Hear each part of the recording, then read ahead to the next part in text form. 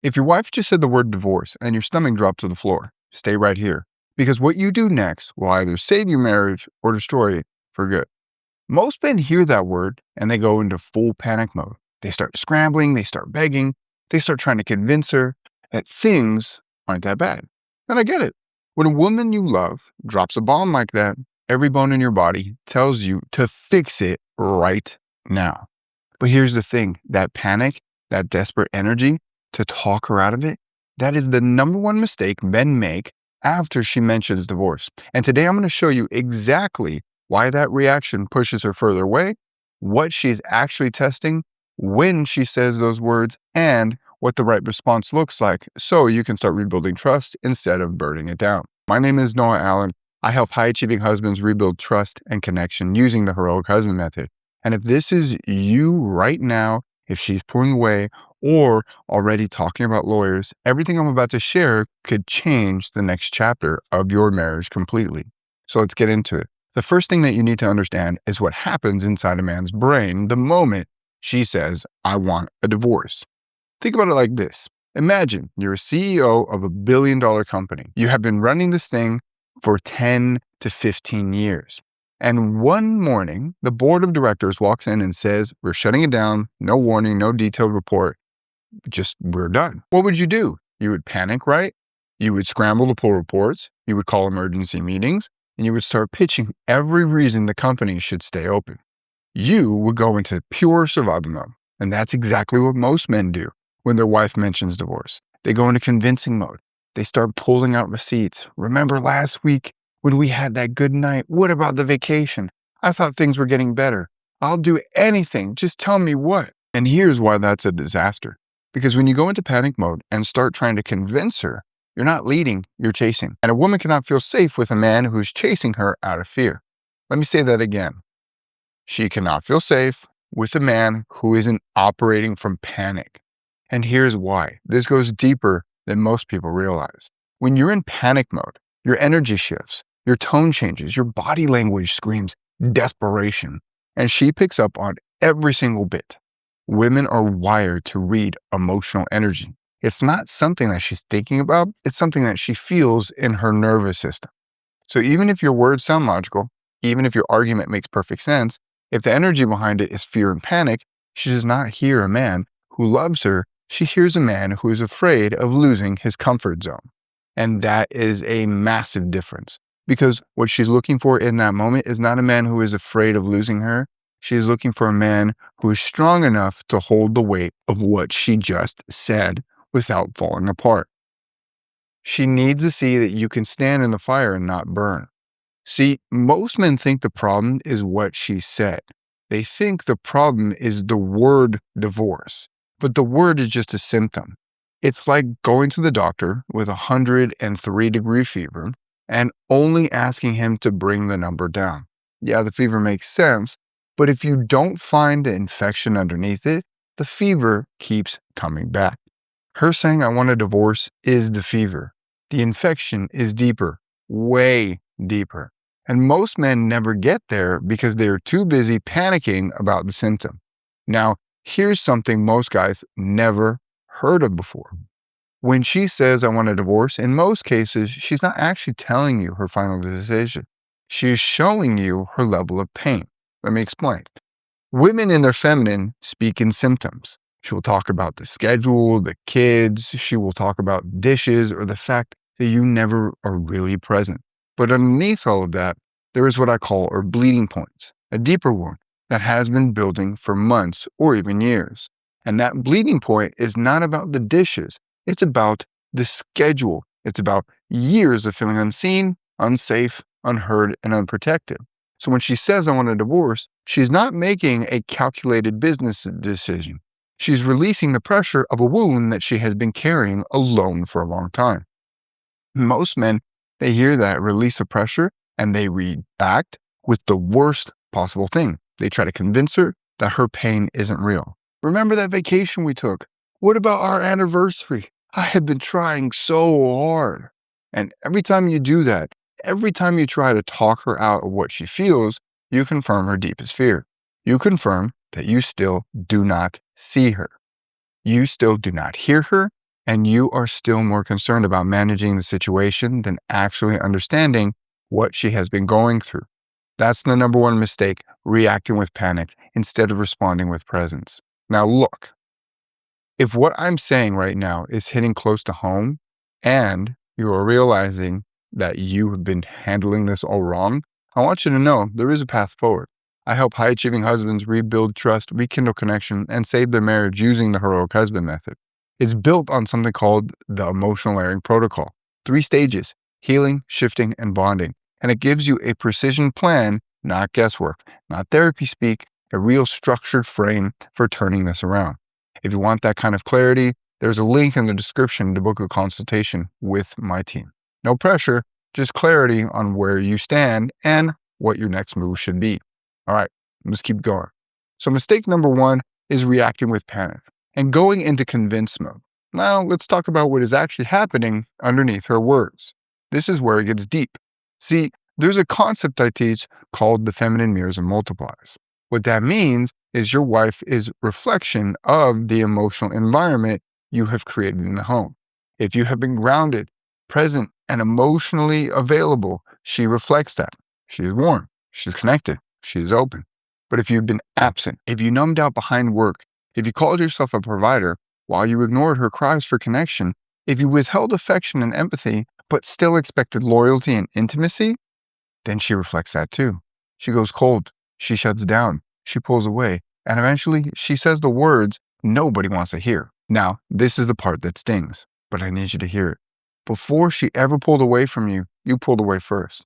Not by leaving the house, not by doing something dramatic, not by going on autopilot, by getting comfortable, by assuming that because things look fine on the surface, they're fine underneath. Here's what I always say. Someone's utopia is another person's dystopia. That means while you were thinking everything was good, she might have been dying inside, and she probably tried to tell you multiple times. But it came out as complaints about the dishes, frustration about the schedule, or arguments that seemed to come out of virtually nowhere.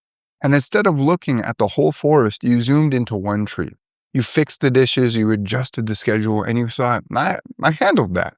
But she wasn't talking about the dishes. She was talking about years of feeling invisible. That's why when she says, we have talked about this already, she's not frustrated about repetition. She's carrying the weight of years of being disappointed, years of bringing up the same wound, and watching you minimize it, dismiss it, or explain it away. And every time you defend yourself, instead of trying to understand her, you add another brick to the wall between you two. Now, let me give you a picture of how this plays out. We had a client, we'll call him Noah. He was this, I know, right? Same name. But it was a successful guy, making great money, leading a team at work, and the kind of man that people respect and follow. But at home, his wife had gotten cold. She barely looked at him. She slept on the far side of the bed, and one night, after another silent dinner, she looked at him and said, I think I want a divorce. And Noah did what most men do. He panicked. He spent the next 3 days writing her letters, sending her flowers, telling her he would change everything. And the more he pushed, the more she pulled back. Because here is what Noah didn't understand. His wife was not testing his ability to fix things. She was testing his ability to hold still in the middle of the storm. She needed to see that he could stand tall in discomfort without crumbling, without chasing, and without trying to manage her emotions, especially back to a comfortable place. She needed to know that this time, this new version of him was different from the man who had made her feel unseen for years. And you cannot show her that by panicking. You show her that by being present, by anchoring, becoming the lightning rod that grounds her emotional storm instead of getting struck by it. This is what I call is the man of steel mindset. It's not being bulletproof. It's not pretending the pain doesn't exist, but being grounded enough to absorb it without losing yourself. And this brings me to the third point. What should you actually do instead of panicking? Now, I'm not going to give you the full framework here because that is something I walk men through step by step inside the heroic husband method. But I will give you the foundation. Number 1, trust does not bloom in panic. It blooms in consistency.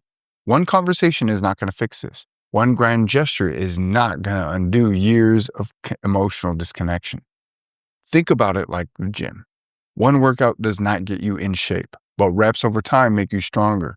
Every time you pause instead of react, every time you hold space instead of filling it with defense, every time you stay grounded when she tests you, you are adding a rep to your leadership muscle. Number 2 is stop trying to convince her. You're making it worse. When you try to convince someone that their pain is not valid, you are not connecting with them. You're arguing with them. And you cannot rebuild trust through arguments. Here's what most men don't get. Therapy will tell you to communicate better. That is like telling a pilot who's losing altitude to fly better. It's not wrong, it's just useless without precision. You need to know what to say, when to say, and what to do when she shuts down in the middle of it. And that is not something you figure out by guessing. That is something that requires a structured step-by-step approach. Instead of convincing, you need to lead by listening, lead by owning, lead by standing tall in the discomfort instead of running from it. Number 3 is understand that her resistance is not an attack. It's a test. Every time she pushes back, every time she says something that burns, or what I call her gut punchers or ball burners, she's checking to see if you are still the same reactive man who made her feel unsafe. And if you react, if you get emotional, if you defend or argue or shut down, you just confirm her fear. But if you hold, if you stay grounded, if you show her through your presence, not your words, that this man is different now, this is when something shifts. Not overnight, but over time, through consistent action. And I want to be clear about something. The men who turn this around are not men who had an easier situation. They are not men whose wives were less angry or less checked out. The difference between the men who save their marriage and the men who lose them is not the severity of the situation. It's how the man responded to the storm, okay? The men who fail keep reacting. They keep defending. They keep trying to convince. And every time they do that, they confirm her belief that he will never change. The men who succeed learn to pause. They learn to hold space.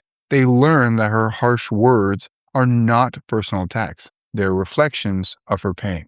And when you can hold that pain for her without breaking, running, and without trying to fix it with a quick conversation, that is when she starts to see a different man. Now I'm going to bring this full circle. This is not just about saving your marriage. It's about something much bigger than that. Men, whether you like it or not, are the foundation of the family, and the family is the foundation of everything. Communities, societies, great nations. When you break down, everything above you crumbles. When you stand up, everything above you rises. Your kids are watching, your community feels it, and the legacy that you leave is being written right now in how you respond in this moment. Not with panic, not with desperation, with leadership, presence, and with your word backed by action. That is what the heroic husband is built on. 3 stages: emotional healing, emotional shifting, and emotional bonding. Each one designed to rebuild safety, rebuild connection, and rebuild desire in a way that is real, not forced. Inside the program, we break down exactly how to navigate conversations like these. We teach you how to find the bleeding points underneath our words. We show you the difference between conscious seeds, which is what you say, and subconscious seeds, which is what you do. And we give you a precision framework that has helped men in far worse situations than one you're in right now, especially turn it all around. So if you're sitting here thinking it might be too late, I want to challenge you on that. I have worked with men whose wives have already filed papers. I have worked with men whose wives are seeing someone else, multiple someone else's. And I have watched those men, those same men, step into this process and do the work and come out on the other side with a marriage they did not even know was possible. It starts with one decision, not a perfect decision, just the right one. So if you are ready to stop guessing and start leading with precision, click the link below in the description, book a consultation call with my team. We will help you understand exactly where things stand and what your next move needs to be. No fluff, no therapy speak, just a clear plan built for men like you. Because the greatest mistake is not that she mentioned divorce. The greatest mistake is doing nothing about it while you still have time. I'll see you on the next one. Bye.